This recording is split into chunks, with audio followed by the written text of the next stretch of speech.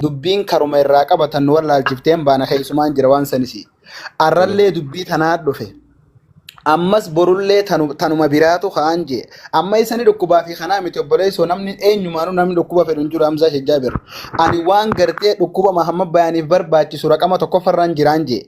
Garuu ammoo ani hanga amma yeroo amma isinirra jirtan kanatti ajanda ummataa baasuu jira kun obboleessa kiyya siistama jeeti yaada hanga ammatti itti ofa.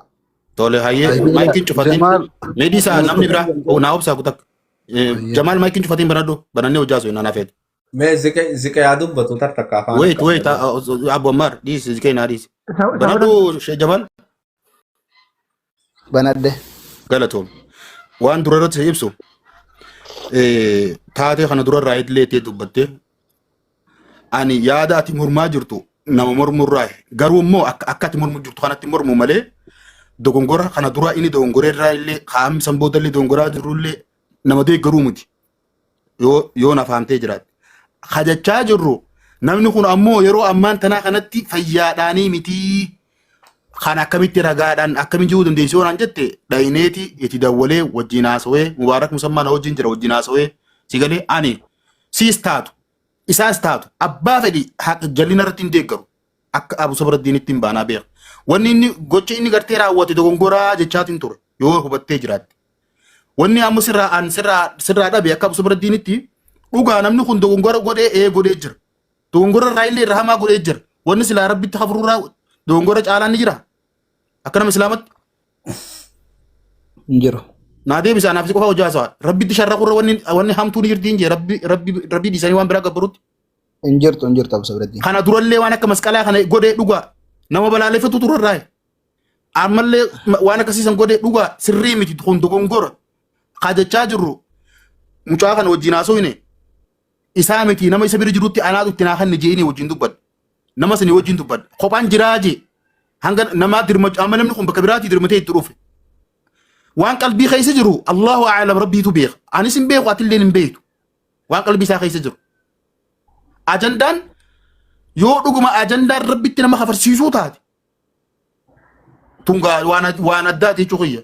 Sigalee namni baratee beeku. Hanga sadarkaa khafuu bira qotee idduma tanatti akka jahu akkuma si dhaggeeffadhe yoo wanta qofa laal ajandaan wanni rabbitti nama hafarsiisu hin jiru jettee obboleessa kiyya nama gartee waa beeku kakaleessa darasaa nama dhibbaa ol barsiisuu miti mee waan arrabaatti irratti fakkeenyuma tokkoon hin siitu mura amma naaf Hamzaa yaada hedduu keessa wal dhabna keessattuu bakka wal falmetti garuu namni hanga Hamzaa Shejjaabir yuutuubii fi feesbuukaa fi haga tiktook kanarratti arrabsaman jiru hin jee.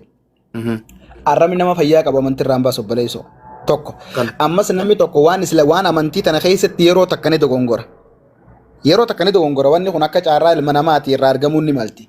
Haata yeroo lammaffaatu noo haya amma dura ni dhukkube ammas ni dhukkube gara fuulduratti onuma dhukkuba. Hoggaa ajandaan akkana dhukkube.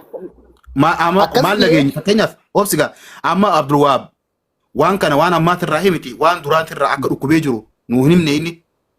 لا يا ابو صبر الدين كان ربي نقا جالتا برات سكما سفكات دبتاني سكما فكات دبت ابو صبر الدين لا دي فمنا غداتي نو اوبسا yoo dhugumaan rakkoo gartee immoo irratti darasaa wal jalaa guuranii hijaa walirra qabatanii hijaa biraa walirraa qabaatan yoo dhugumaan maaliif hin jeebeete Jamaal namni dhugaan humaaniitii qabu obboleeyyan keessi marsanii osoo as jiranii dhibdee isaa osoo sitti himan osoo si garsiisanii dhuguma yoo yaada isaanirraa faallaa qabattee guyyaa arraa kanaaf obsitee aboo hayyee rabbuma irratti hin dhiisasan teessaa tana rabbii beeka rabbi haa fayyisu jettee yoo ustee barsilaa akka rakkii baxraanummaa akkana godhattee obboleeyyanuma asii kana sitti haasoo jiru kanaa wanni beeku qabdu garuu mamma beeyanillee gaafa eegaltu akkuma kee kanatti eegaltu osuma akka namaan mormu osuma akka mormu wanni beeku qabdu wallahi yoo akka boo dhugaartii maaqi wallahi lazim obbolummaan esi jirti bu'aa fadhillee taatu namaa jaanii bar namaa cabuutu akkana jirti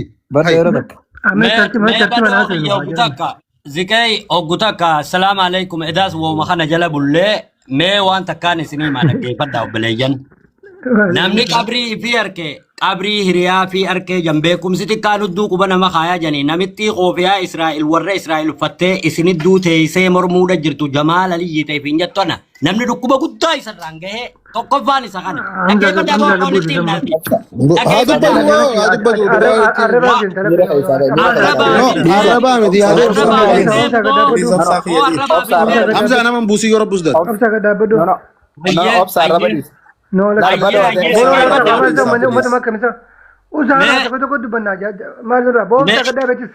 Hayyee zikri xiyya dhaabe.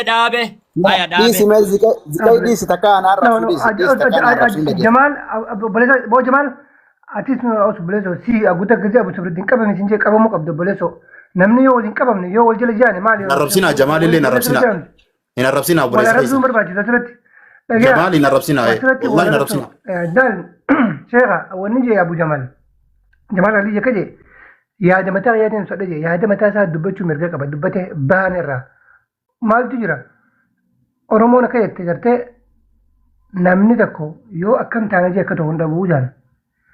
Sii galee ammoo Jamaalilleen oduma gartee waan takka obboleessa keenya wanni ammaan tana dhufee waan durarraa gaddeebi'ee beezikii nu himuu tureef maaliif kuti duruu isaaniif taarikh waan dabararraa barachuu qabdaa beek.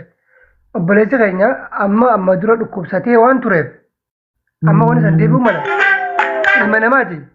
Kanaafuu wanni godhamuu qabu maali amma karaa dheeraa hin deeminaa jira keenya yoo karta kottu si luchootanii Hamza dubbii beektee heddumaatiif isaa irratti hin feenu karaa furmaata yoo jechaan akkama laatan sheekh nu luchoosu. Zikriya akkuma silaa beektee namni hundinuu yaada qaba. Amma karaa gartee furmaataatti maal goonaa kan jennu sanitti achi osoo deebinillee bareeda namni hawaasni kiyya jala jirtan ammoo Jamaal Aliyyiitis yaada isaatti barfatee isaas hin arrabsina obboleeyyan kiyya. Anamma yaada isaatti walii galullee yoo baadde isa arrabsamuu hin ta'u. Jamaal ati dubbachuutu hin jiru. Aboo atummaanu mataan fi jabaatinne Jamaal. Andi se waan isaa dhiise na arrabsanii uummata dhiise jechuuf hin Jamaal. No arrabsamuu hin qabdu Jamaal arrabsamuu qabdu dhugaa sitti himamuu qabama malee arrabsamuu qabdu. Laal Jamaalilleen nama diiniiti nama waa beeku. Ani namni isa arrabsitanii yoo nafa arsitan ani fudhadhu akka bifa diinitti haqiiqaa walitti mun bareedduudhaami jara keenya.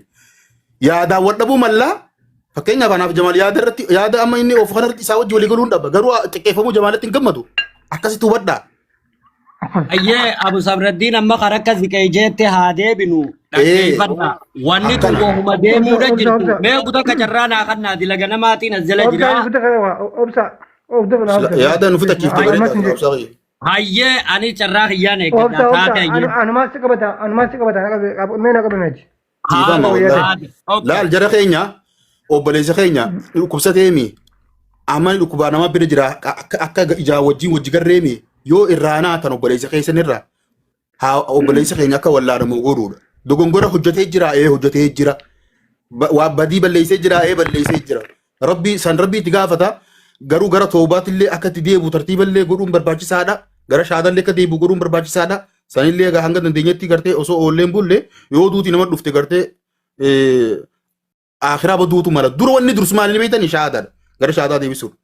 Eega fayyaa dhabee ammoo garuu hanga inni fayyaa ta'utti haa irraa fuudhama akkasuma jira keenya. Namni kun bara amma marfoo wal qaramtee jira jechuudha. Sigalee irraa fuudhamee jira.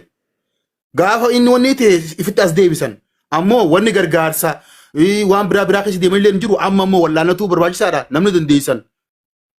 Gartuu obboleessa keessan akka wallaanatu irratti hirmaadda. Mee waan takka goon waan takka furmaata ziqee jeessa. Yaaduma furmaataa san jecha lamaan darban. Laal waan takka godhaa jara keenya amma asirratti obboleessa keenya wallaanna hoggaa jennu nama biraatuun barbaachisu namni 2 fi 3 wallaanuu ni danda'a garuu gargaarsi nuti isin gaafannu tokko akka Hamzaa Shee Jaabiritti hadaraa arrabarraa dhiisa. Wanni isaan gargaaruu dandeessan takkitti yoo jiraatte hadaraa rabbii boruu ganamaas yoo kan deebi'ute yoo kamana wallaansaatillee bahute namni tokko miti billaahi alaykum rabbi sodaadha arraba keessan kana. Abdilii abbaatutti gaafatama. Arrabuma tokkicha qofarraa dhiisa. Nama hunda fakkeenyaaf amma yoo neefi kaatanii ebaluu arrabsitan ebaluu kana isinii ta'uu dhabuu mala garuu ammoo nama waan akkanaa irra gartan hadaraa rabbuma sodaadha arrabuma qofarraa dhiisa waan biraa takkan godhinaaf sumuni takkan gargaarina yoo ta wallaansaa Abu Sabraddiin keessaan dawwalee maatii isaa dubbatee nuttillee dubbatee nama fedhetti dubbatee ni wallaannaa horta akkana godhaa yoo kan jiru taate abshir garuu immoo sababaa kanaan yaada kanaan gartee gargaarsa guuruu deeman yoo kan jettu taate namni tokko gargaarsa guuruu deemu hin jiru. Wanni takkittiin gargaarsi isin gaafannu ana kaamsatti please irraa ufa hanganu itti deemaa haasawaa isin. Laala zikai fudhadhu maayikii. Taasisa isaaf galatoomaa. Fudhadhuun nama na jechuutti kan nu danda'u qofan gaafa gartee dawwalee waan akkaataa adeemsisaa walullansisaa maal fedha kajuu san abalu atis waan dandeessus kan soramza waan dandeessus kan jee isa akkasitti yoo taate malee maqaa kanaatiin gargaarsa as gubbarratti guuruu an keessallee jiru nama godhullee miti akkuma obboleessi keessin hin jee yoo dandeessan isa gargaaru arraba irraa dhiisaa qofa galatoom zikai fudhadhu. Amma wanni jiru maal ta'e beektanii dubbiin hangalma qabdi wallaansitti deebina wallaansitti deebi'uudhaaf dhugaadhaa akka nam tokkotti beektaa torbaan sadii durallee naa jaasoo ture keessaan iddoo jaasonee ture waan takka takka tanaa taphachiisa illee ni jirti akka jaartiin illee garaa qabduuf akka jaartiin dhaluu deemtuuf illee naa himee ture so kanaaf isaas ta'ee obboleettii teenya haadha mana isaatti illee haa ta'u maatiin isaatti illee gargaarsa oofete yeroo Abu Sabraddiin dubbatetti waan kan gaggeessina amma garuu waan kana arraan tan asirratti haasofne booda adda baduu miti sigalee garuu yoo akkama gartee obboleeyyan kiyyaa kan na dura dubbatanitti yoo dhugumatti rabbi sodaatan jedha keenya afaan irraa qabadhaa taakka obboleessi keenya dhaamsa tokko asirratti dubbatiraan waanni addunyaa tana isa jibbu wanni inni jibbu yoo jiraatee nama maraataa jedhuuni sigalee kanaaf boodallee jecha kanallee Allahu ya'lam rabbiin gartee nama tokko keessaa joola kan fituun beekamu namni san waan kana keessaa attaak hin goone ammallee Abu Sabraddiin ati waan gaa faamilii beektuuf sumarreef keenya suma dura suma gunaa keenya godhanna ta'u karaa gargaarsa kanarratti nu hoogganiiti karaa gartee waan godhamuu qabuun maallaqa lakki iskeerii akkam goone beektaa gargaarsa son taane anamma gargaarsa guuruu fi wanni jaamu akka Abu Sabraddiinitti hin qeebalu